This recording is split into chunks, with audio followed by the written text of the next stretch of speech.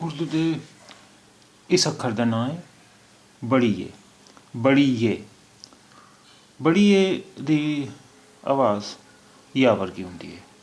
बड़ी ए दी आवाज़ होंगी या।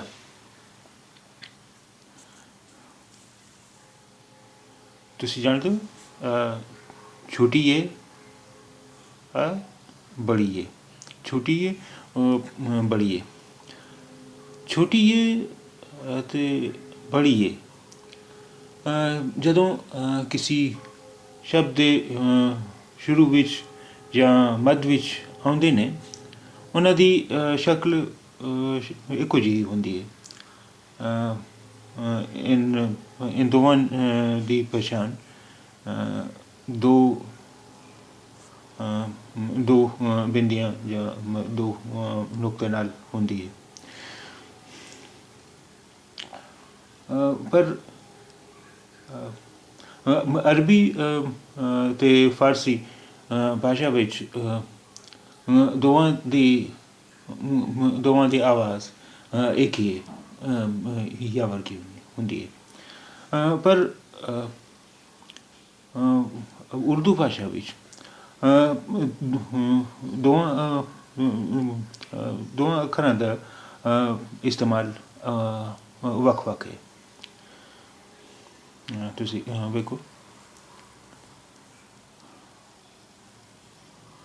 नून ज़बर काफ नक लाम छोटी ये ली नकली नकली नकली।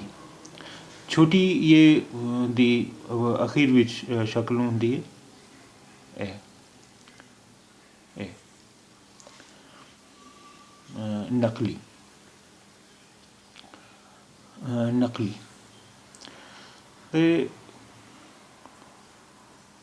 बड़ी ये दी अखीर विच शब्द के अखीर विच शक्ल होंदी है इस तरह इस तरह इस तरह।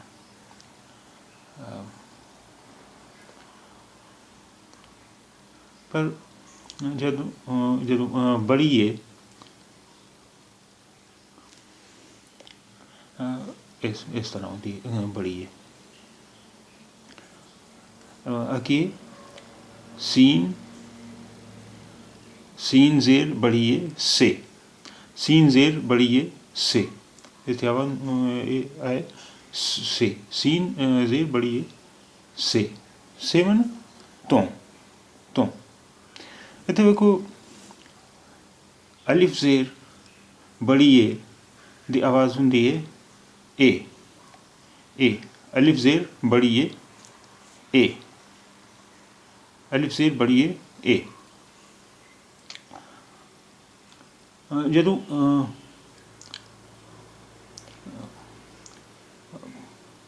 बड़ी ए तो पहला कोई भी अखर होए तो उस अखर दे थल्ले ज़ेर होए उत्थे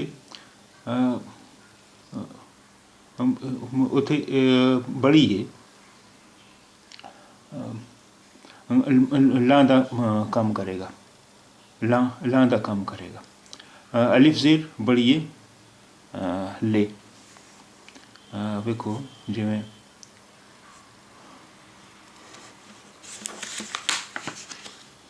दाल ज़ेर बड़ी है हो जाएगा दे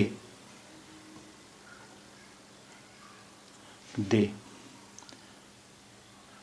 इसी तरह रे ज़ेर बड़ी है रे ज़ेर बड़ी है हो जाएगा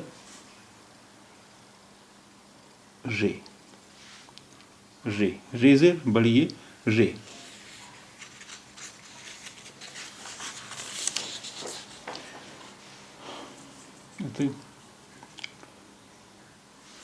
अलिफ ज़ेर बड़ी है अलिफ ज़ेर बड़ी है ए काफ एक अलिफ ज़ेर बड़ी है ए काफ एक मन इक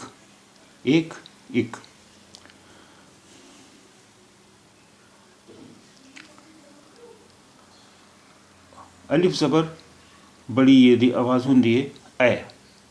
अलिफ ज़ेर बड़ी ए दी आवाज़ होंदी है ए। ਜਦੋਂ किसी भी ਅੱਖਰ ਉੱਤੇ ਜ਼ਬਰ ਹੋਵੇ ਤੇ ਉਸ ਤੋਂ ਬਾਅਦ ਬੜੀ ਏ ਹੋਵੇ, ਉੱਥੇ ਬੜੀ ਏ ਦੁਲਾਈਆਂ ਦਾ ਕੰਮ ਕਰੇਗਾ। जैसे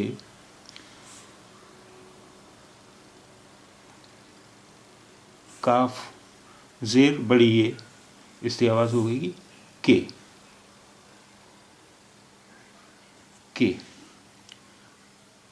काफ ज़ेर बड़ी ए के। दाल ज़ेर काफ ज़बर बड़ी ए के। काफ ज़बर बड़ी ए के।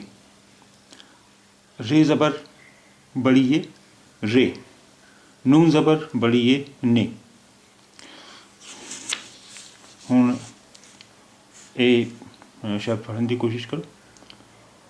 काफ ज़बर बड़ी ए कै। काफ ज़बर बड़ी ए कै। सीन अलिफ सा कैसा। काफ ज़बर बड़ी ए कै। सीन अलिफ सा कैसा। कैसा। कैसा माने किवें। कैसा माने किवें। कैसा माने किवें।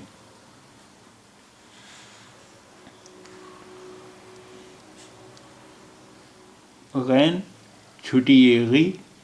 गैन छुटी ए गी बेज़बर ते बत। गैन छुटी ए गी बेज़बर ते बत। गीबत। गीबत।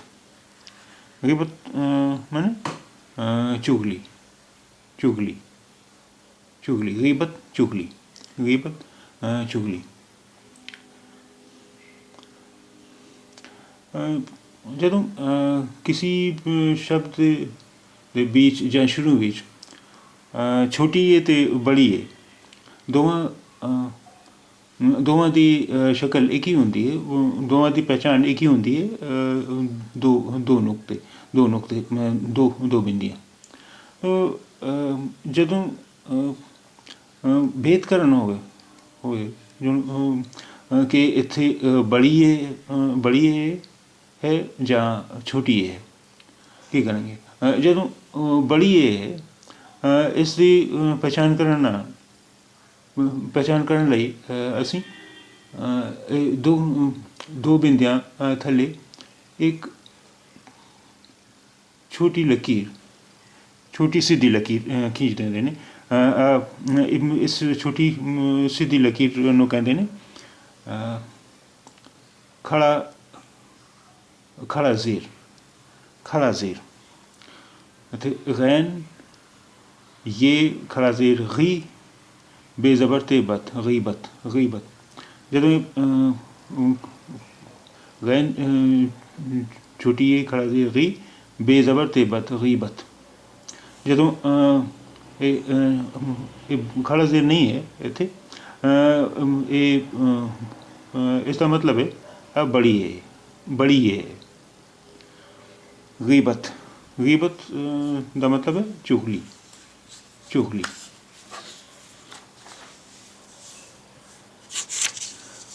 ਹੁਣ ਤੁਸੀਂ ਵੇਖੋ ਜਦੋਂ ए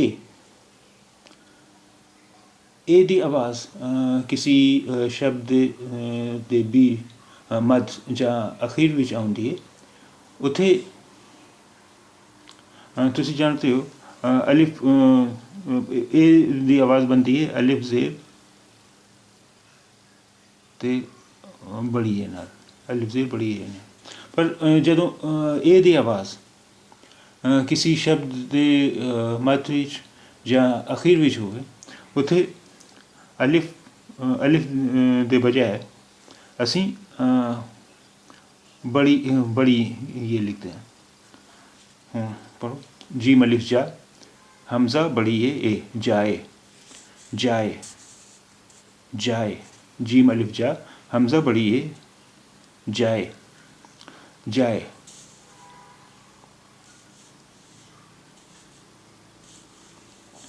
इथे चे अलिफ चा अलिफ ज़ेर बड़ी ए चाय। इत्थे अलिफ के बजाय असी हमज़ा इस्तेमाल करेंगे। ची अलिफ चा, हमजा बड़ी ए चाय, चाय। ये पढ़ने की कोशिश करो। अलिफ मद आ, हमजा बड़ी ए आए, आए, आए। और ये शब्द पढ़ने की कोशिश करो। गाफ ज़बर गा, हमजा बड़ी ए गए, गए, गए, आए, चाय, जाए।